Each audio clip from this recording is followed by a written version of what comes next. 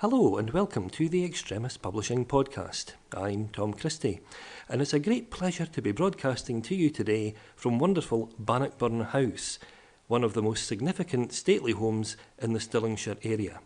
It's a building with an amazing history and a fascinating past, and I have to say, it's the only building that I know of that connects Bonnie Prince Charlie to Laurel and Hardy. But more about that later. It's a great pleasure today to be joined by a brand new friend of the podcast, and that is Dr. Catherine Bradley of the Bannockburn House Trust. She's going to be joining us today to talk a little bit about the history of the house, to explain why it is such a popular visitor attraction here in the Stirlingshire area and really all throughout Scotland. And she's also going to be talking specifically about filming of TV and film productions here at Bannockburn House. So without further ado, Catherine, thank you so much for having joined us today. Oh, you're so welcome. It's a pleasure to have you guys. So what can you tell us about Bannockburn House? It really is a really unique building. It is indeed. It was Scotland's largest community buyout when the trust formed in 2016, 2017 and purchased the building. It's a Category A listed building.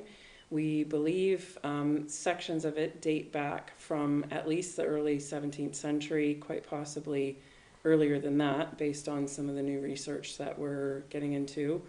And it is also now Scotland's largest conservation and restoration effort undertaken by a community charity. We have estimated 20 to 30 million now pounds is going to need to go into this building and the wider estate to bring it fully back to life and regenerate the whole site. The house is special for a number of reasons, both historically and physically.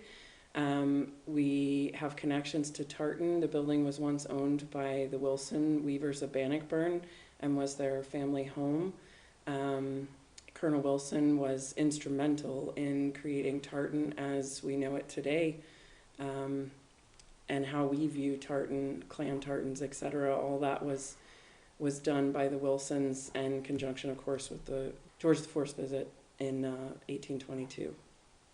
In addition to that, this land sits on a very strategically important point that leads up to Stirling and Stirling Bridge. And of course, Stirling Bridge was the most important strategic landmark in most of history until the modern era. Just because you had to move a military, you had to get across the bridge. That was the place to do it. So we very quickly, after the Wars of Independence, see this site associated only with royalty, direct relatives of royalty or those married to royals. And that, just the depth of the history here is really phenomenal. And then the building's very special because we have some amazing 17th century ornate plasterwork here. It's some of the most unique and rare plasterwork in all of Britain, and represents a real turning point in plasterwork from that time period, that it kind of goes into a distinct genre of its own. And some of the ceilings here were done by the people who did Holyrood Palace's ceilings, for instance. We also have earlier plaster friezes, and now we have painted timber paneling and an original roof with witches' marks and all kinds of cool stuff in it. and it just keeps going from there. It's pretty amazing. So let's have a chat about that amazing plasterwork, because as you say, it's really of European significance. It's so ornate. It must be a nightmare to maintain. Oh, yeah, well, anything I find in the house is like £1 million to fix or save. But yeah, so the plasterwork, it's done by Holbert and Dunsterfield, probably dates 1673 to 1690 at the very latest. It was facilitated by Sir Hugh Patterson, the first Baronet of Bannockburn, who was the deputy keeper of the signet, meaning he was essentially the king's lawyer, and held the royal seals for the king. So he's very influential. The ceiling is unique in that all of the detail is hand carved and applied. Each little seed is plaster on the tip of a 17th century nail put into a deeper bed of plaster, and the depth of relief of the carving is really significant. So it winds up making it has an incredible presence in the room when you come into the room. And we have two of these ceilings, not just one. Well, it would be remiss of me, of course, not to ask about the Bonnie Prince Charlie connection, which is just one of the many great historical facts about Bannockburn House. How did Bonnie Prince Charlie come to be here? Well, Bonnie Prince Charlie and the story of the Jacobite army and the siege of Stirling is still being researched today. So the Jacobites, this is during the 45, of course, they went down to Derby and turned around in Derby and came back up to Scotland because they didn't think they had the power needed to take London and take the throne directly.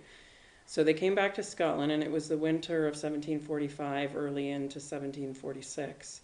And on about the 6th of January, 1746, the army needed a place to stay outside Stirling. Charlie needed a military headquarters and somewhere to run the siege of Stirling. They needed to lay siege to Stirling Castle. So Sir Hugh Patterson III, Baronet of Bannockburn, who was a writer to the Signet and an MP as well, he had fought with Bonnie Prince Charlie's father, on behalf of his father with the Earl of Mar in 1715, and by the time the 45 came around, he was an older gentleman, and we know that he offered up the house as a military headquarters to Charles Edward Stuart. Pretty much as soon as Bonnie Prince Charlie got here with the army, they authored a letter to Stirling, to the town, and said, right, if you don't surrender, we're going to blow you all up. And the town kind of thought about it and went, right, yeah, okay. Sure, we surrendered. But the castle, of course, didn't surrender. So the siege was a little, shall we say, unorganized, ill-fated, and resulted in a rather hasty retreat north. And then, of course, things progressed and led to what amounted to Culloden in April of 1746. But Charles Edward stayed here for about a month in January 1746.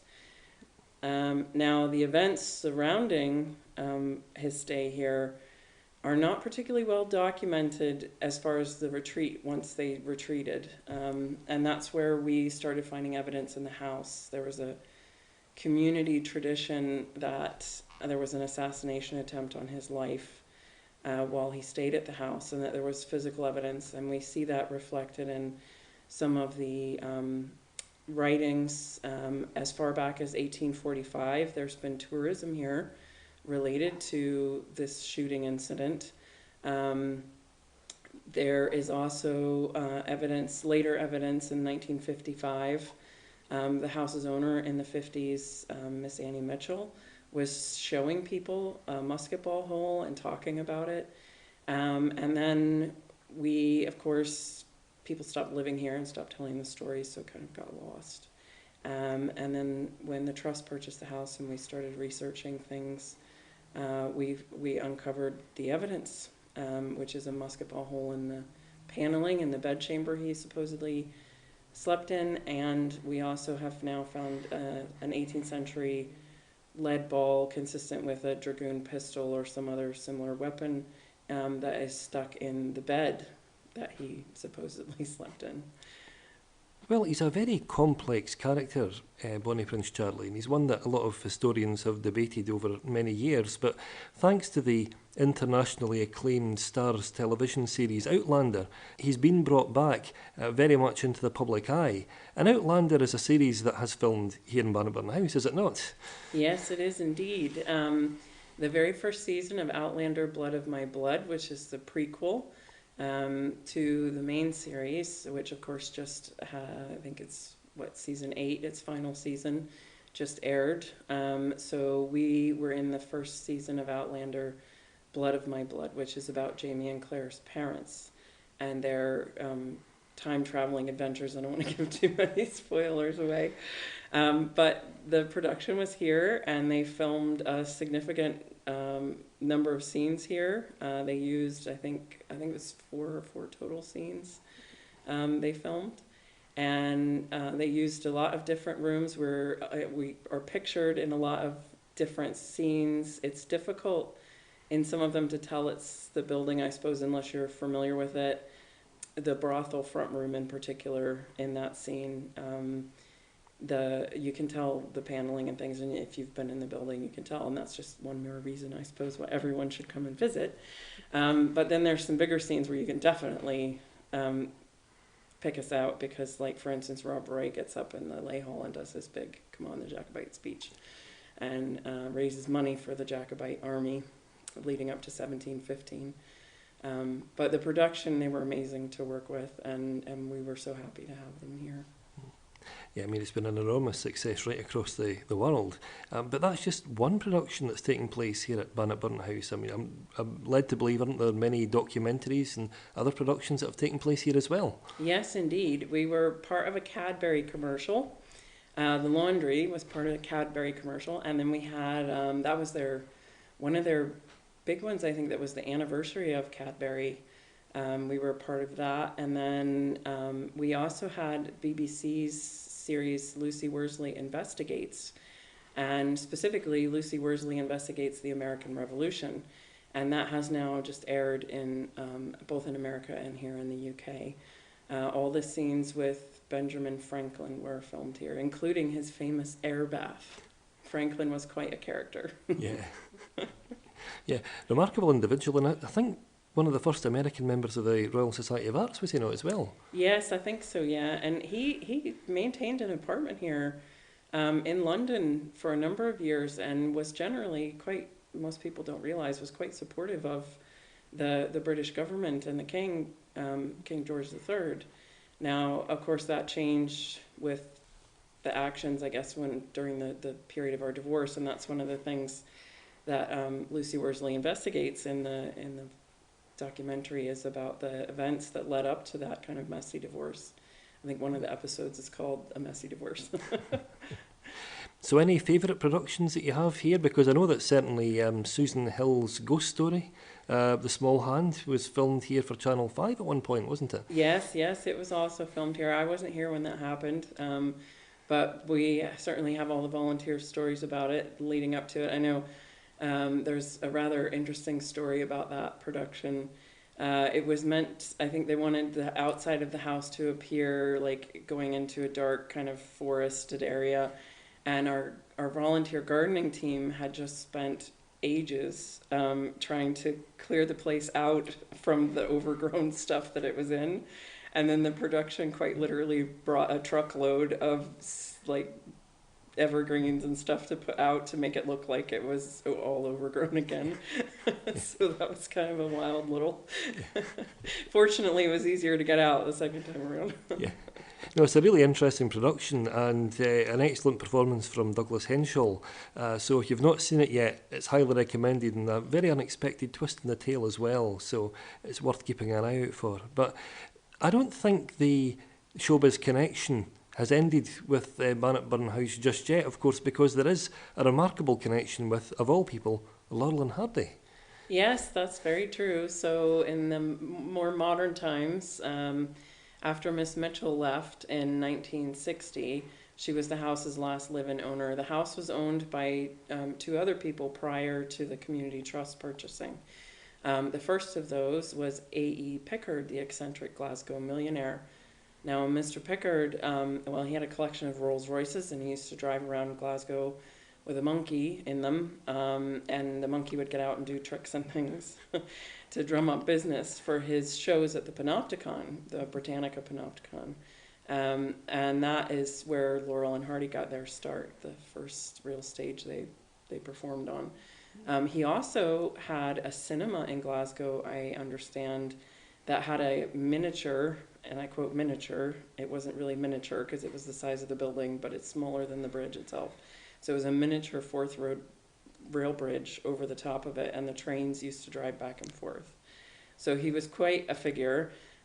We have a mirror, we believe here was part of the Hall of Mirrors under the stage where Laurel and Hardy used to perform. He had a Hall of Mirrors. And then we also have the top of one of the fountains that was at a major Glasgow festival that we think he brought here, and we think the base of the fountain was at his house in Glasgow. So it just goes to show it's not just a place of great historical significance, but somewhere that's really modern as well, because there's always something going on here at Bannockburn House. Can you tell us a little bit more about the events you have coming up? Yeah, so we are open every Friday, Saturday, and Sunday throughout the summer. Although, to be fair, we do still have film productions coming in, ones that I can't necessarily talk about, but I can tell you to stay tuned because they're major TV and film productions. So aside from those times when we're closed for whatever private hire, we are open every Friday, Saturday, and Sunday. We have a variety of tours on. We give tours about just the general discovery tours about the house and the history of the site and the building and the people. And then we have living history events coming up. We have community events coming up, such as the Woodland of Curiosity, which will be on the 27th and 28th of June. Those are geared at kids and community. There'll be all kinds of living history activities, a historically based treasure hunt, goodies, of course, and our shop's open. Then we also have the Heritage Conservation Tours, which are like hard hat tours, and you can go and hear all about the works that are happening in the building and get behind the scenes access at all of the professionals and things, and hear all about the works and how we're saving the building. And then we do filming tours, and they're Outlander filming tours because we primarily talk about the Outlander filming. However, it also includes a lot of information about how we actually film in a Grade A listed building, because that's more complicated than you would think. We, above all, have to protect things like the plasterwork, the wood paneling, and the other important historical features that make this house so special. And those tours are with me because I'm the head of the conservation program, and I oversee all the filming that happens here. So we talk about everything related to the filming, and you get to hear all the stories about how it was when the various productions are here. And then we've also got on the 19th of June, a Behind the Restoration, where you get an opportunity to meet the engineer and the architect who are undertaking the conservation works with us. So Bannockburn House is one of the most beloved destinations for tourists coming to Stirling. If you are visiting the area, perhaps from the UK or perhaps from further afield, how can they find out more about Bannockburn House and how to visit? You can visit us on web at bannockburnhouse.scot, www.bannockburnhouse.scot. We have Facebook. Our handle on Facebook is at Bannockburn House. We've got Twitter, and our handle on Twitter is at Bannockburn, capital H, capital S, capital E, and Instagram, which is at Bannockburn House. You can follow us on social media. Visit our website. We have a What's On section of our website, and there's also a detailed page about visit planning, things like that. You can always pop us an email if you don't see something that you want to do or want to hear about. Just pop us an email, and we'll get back to you. Well, you've mentioned some of the challenges that are involved in maintaining a building as significant as this one. How can people out there help to support your work in making sure that Bannockburn House is here for future generations to enjoy? Oh, that's great. Thank you for bringing that up. We are a community charity, a not-for-profit community charity. So we rely on donations from a variety of public funding bodies as well as individuals.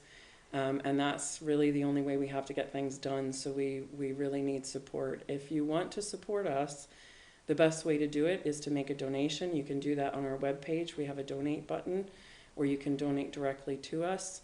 That can be a reoccurring donation or a one-off donation. You can also come and support us on coming to our events and tours and things, shopping in our shop. We do have an online shop. And if you're interested, especially if you're an Outlander fan and you're into the blue bonnets, the traditional Scottish blue bonnets, we have volunteers that handcraft those. They hand knit them from real wool, and those are available for sale along with the cockades and things, and some of our other branded items on our website on the online shop. Well, Catherine, thank you so much for having joined us today and for telling us a little bit about why Bannockburn House is such a remarkable place and why it has and remains to be such a popular place for people to come and visit. So I really do hope that you at home will consider coming here, seeing it for yourself and finding out more about the really fascinating stories that underpin this remarkable place. Thanks so much for having joined us today. Thank you for allowing me to join you. And thanks everyone for listening. I do hope that you'll come and join us again soon.